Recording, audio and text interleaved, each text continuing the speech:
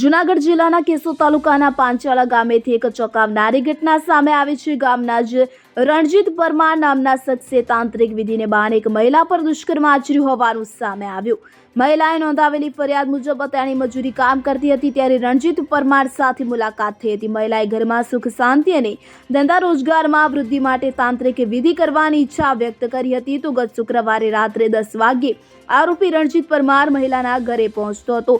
તેણે દીવો પ્રગટાવ્યા બાદ ઘરનો દરવાજો બંધ કરી દીધો હતો અને મહિલાને થપ્પડો મારી આરોપીઓએ મહિલા પર બળજબરીથી દુષ્કર્મ આચર્યું હતું અને જો કોઈને જાણ કરશે તો જાનથી મારી નાખવાની ધમકી આપી હતી। આ કૃત્ય આચર્યા બાદ આરોપી 10 થી 15 મિનિટમાં જ ત્યાંથી ભાગી છૂટ્યો હતો કે જે બાદ ભોગ બનનાર મહિલાએ આ ઘટનાની જાણ તેના જેઠાણી અને પતિને કરી હતી કે જે બાદ મહિલાએ કેશોદ સરકારી હોસ્પિટલ ખાતે સારવાર લીધી હતી। મહિલાએ તાંત્રિક વિધિને બહાને દુષ્કર્મ ગુજારનાર રણજીત પરમાર નામના ઈસમ વિરુદ્ધ કેશોદ પોલીસ સ્ટેશનમાં ફરિયાદ નોંધાવતા પોલીસે આરોપી રણજીત પરમાર વિરુદ્ધ ગુનો નોંધી કાયદેસરની કાર્યવાહી સમગ્ર મામલે પોલીસે તપાસ હાથ ધરી।